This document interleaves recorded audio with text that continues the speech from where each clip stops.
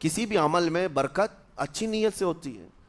اگر کوئی روزہ اس لیے رکھ رہا ہے، جیسے بہت سارے فائدے گنائے جاتے ہیں نا، روزہ رکھنے سے کینسر نہیں ہوتا، روزہ رکھنے سے جسم کے فاسد مادے ختم ہو جاتے ہیں، نکل جاتے ہیں، ڈاکٹرز بھی مشورہ دیتے ہیں مہینے میں ایک مرتبہ، ہفتے میں ایک مرتبہ باڈی کو فری چھوڑنا چاہیے.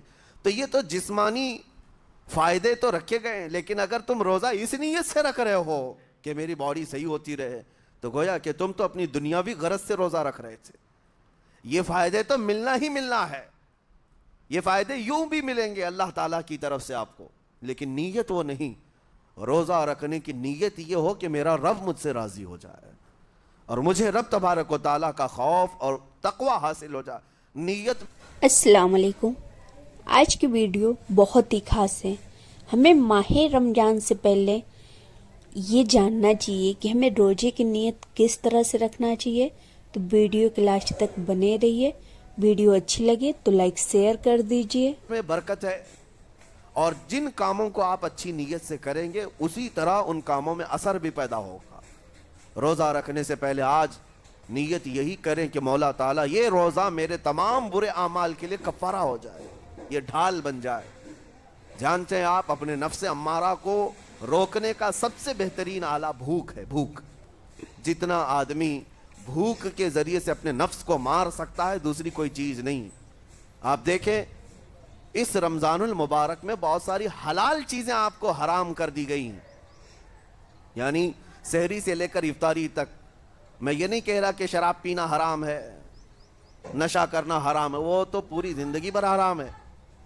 لیکن آپ کو چاول روٹی تو حلال ہے نا، سبزے سیب پھل فروٹ تو حلال ہے، لیکن یہ حلال چیزیں بھی اللہ نے آپ پر حرام رکھی ہیں، روزے کے عالم میں نہیں کھا سکتے. سحری سے لے کر افطار تک یہ حلال لقمے، پانی تو حلال ہے، پاک ہے، لیکن آپ کے لیے روزے کے عالم میں حرام ہے. اسی طرح شادی شدہ مرد اپنی عورت کے ساتھ زندگی بھر کبھی بھی جمع کر سکتا ہے، رات میں سو سکتا ہے، لیکن حالت روزہ میں وہ حلال کام بھی حرام ہے. حلال کام بھی حرام ہے، اپنی عورت سے جمع کرنا حالت روزہ میں کیوں روکا گیا؟ کھانا پینا بھی حلال تھا، عورتوں کے ساتھ شباشی بھی حلال تھی، لیکن روزے کے عالم میں ان حلال چیزوں کو روکا گیا. تو آپ سوچ سکتے ہیں اس چیز کو؟ سوچ سکتے؟ وجہ یہ ہے کہ حلال چیزوں سے آپ کو روک کر بڑے حرام چیزوں سے بچانا مقصود ہے. آج اگر اپنے آپ میں اتنا کنٹرول کر لے جاؤ کہ چند حلال چیزوں سے دن بھر بچ سکتے ہو، انشاءاللہ رمضان کے بعد بڑی حرام چیزوں سے بھی اللہ آپ کو محفوظ رکھے گا. میرے عزیزو، برا ہے ان لوگوں کا جن کو میرے آقا صلی اللہ تعالیٰ علیہ وسلم نے دعائے ہلاکت فرمائی. اس سے بدنصیب کوئی ہو سکتا ہے جن کے لیے رسول رحمت صلی اللہ تعالیٰ علیہ وسلم کی دعائے ہلاکت ہوئی ہو؟ حضور صلی اللہ تعالیٰ علیہ وسلم ایک دن مسجد نبوی شریف میں تشریف لے جا رہے تھے. منبر پر آپ نے قدم رکھا، آمین کہا. پھر دوسرے زینے پر قدم رکھا، آمین کہا. تیسرے زینے پر قدم رکھا، آمین کہا.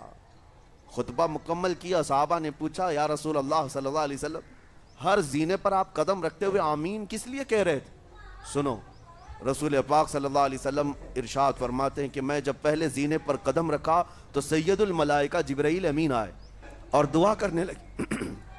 کیا دعا کیا؟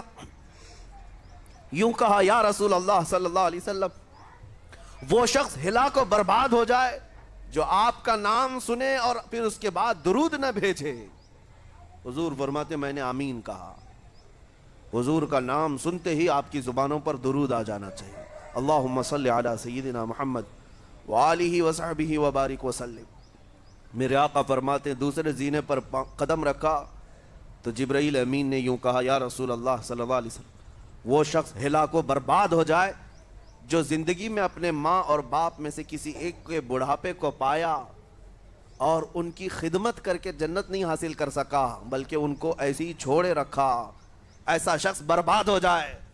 حضور فرماتے میں نے آمین کہا. پھر جبرائیل امین نے کہا. تیسرے زینے پر قدم رکھتے ہی میرے آقا فرماتے ہیں جبرائیل نے یوں دعا کی کہ اے اللہ کے رسول، وہ شخص ہلاک و برباد ہو جائے جو رمضان کا مہینہ پایا لیکن اس کا ادب نہیں کر سکا، اس کا احترام نہیں کر سکا. حضور فرماتے میں نے اس پر بھی آمین کہا. جس کی ہلاکت کے لیے جبرائیل امین دعا کر رہے ہوں اور اس دعا پر سید الانبیاء آمین کہہ رہے ہوں، ایسے شخص کی بربادی کا کیا انجام ہو سکتا ہے؟ وہ کتنا بد نصیب ہوگا۔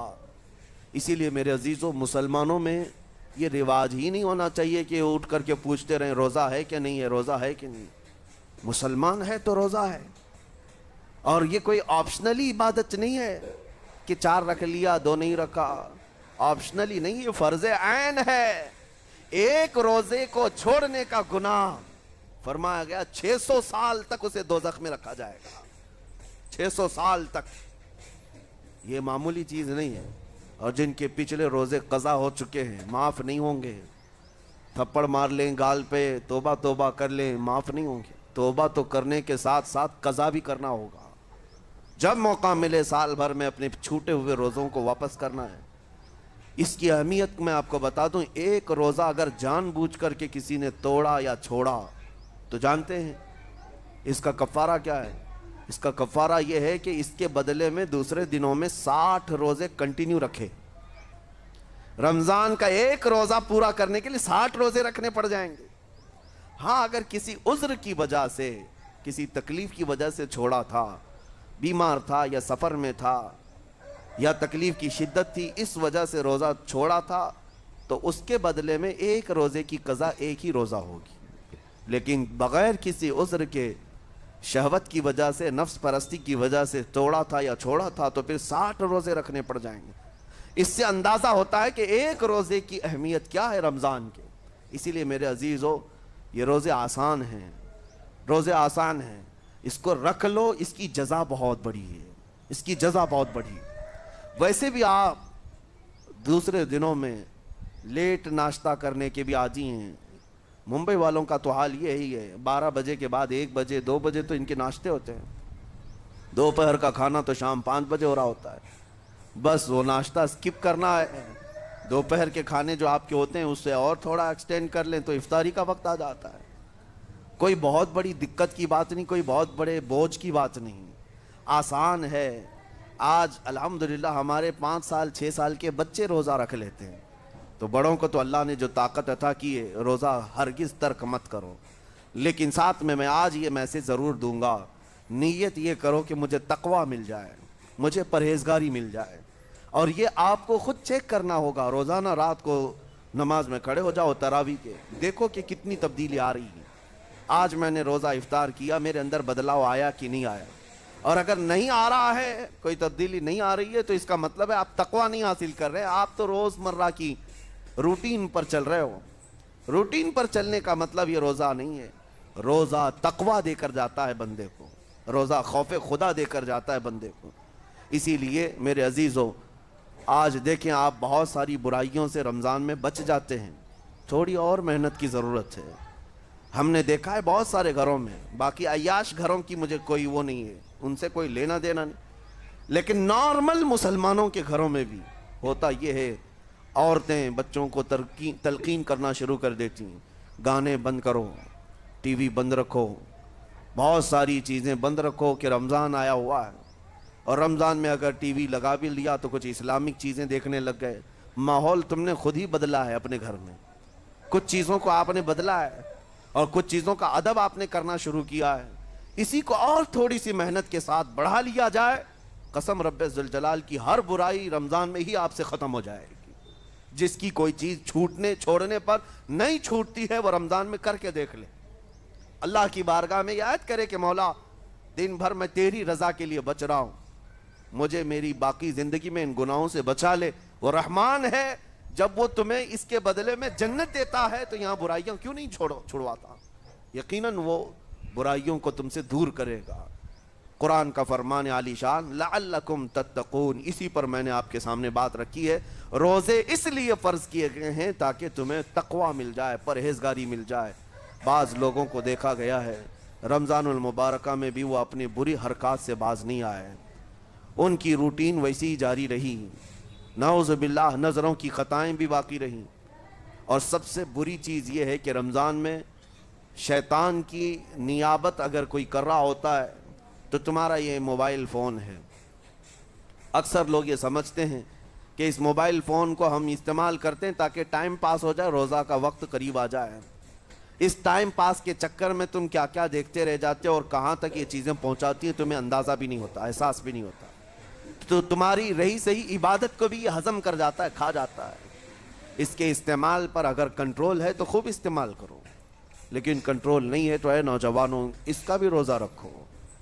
اس انٹرنیٹ کی بلاؤں سے محفوظ ہو جاؤ, اس لیے کہ بہتوں کو میں نے دیکھا ہے ان کے دن بھر اور رات بھر رمضان میں سوشل نیٹ ورکس پر مصروفیت ویسی کی ویسی ہے جیسے دوسرے دنوں میں تھی.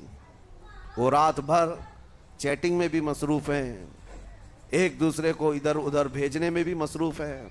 ساری چیزیں جوں کی توں چل رہی ہیں. تو تمہارے موبائل نے تمہیں تقوی سے بہت دور رکھا ہے, تمہیں رب تعالیٰ کے قریب ہونے نہیں دیتا. اپنے آپ کو بدل لو. ظاہر سی بات ہے یہ سخت چیز ہے, اگر کوشش کرو گے تو بچ جاؤ گے, اور تقوی اتنی آسانی سے تو نہیں ملتا. اپنے آپ کو سٹرگل کرو, انشاءاللہ العزیز دل پاک ہو جائے گا. پھر آپ کو اپنی زندگی کے اندر جو اجالے نظر آئیں گے وہ خود آپ محسوس کریں گے, آپ محسوس کریں گے. گناہوں کے اندھیروں نے دل پر ایسی کالک رکھی ہے کہ آپ کو کچھ بھی یہاں پر سمجھ میں نہیں آتا. ورنہ نمازوں کا لطف ایسا ہے, قرآن کا مزہ ایسا ہے, جسے یہ لگ جائے دنیا کی کوئی نعمت اس کے سامنے ہیچ نظر آتی ہے, کوئی چیز اسے اچھی نہیں لگتی. لیکن کب؟ جب اسے تقوی کا اجالا حاصل ہو جائے. میرے عزیزو, اللہ کریم کی بارگاہ میں دعا گو ہوں, مولا قدیر و جبار ہم سب کو تقوی و پرہیزگاری عطا فرمائے, اور ہم سب کے روزوں سے اللہ تعالی ہمیں پرہیزگاری عطا فرمائے. ان روزوں کے انوار اور برکات اور رمضان کے احترام کی ہمیں توفیق عطا فرمائے. مولا کریم تیری خشیت سے اور تیرے خوف سے آنکھیں جو بھیگتی ہیں ان آنکھوں میں ہمارا شمار فرما.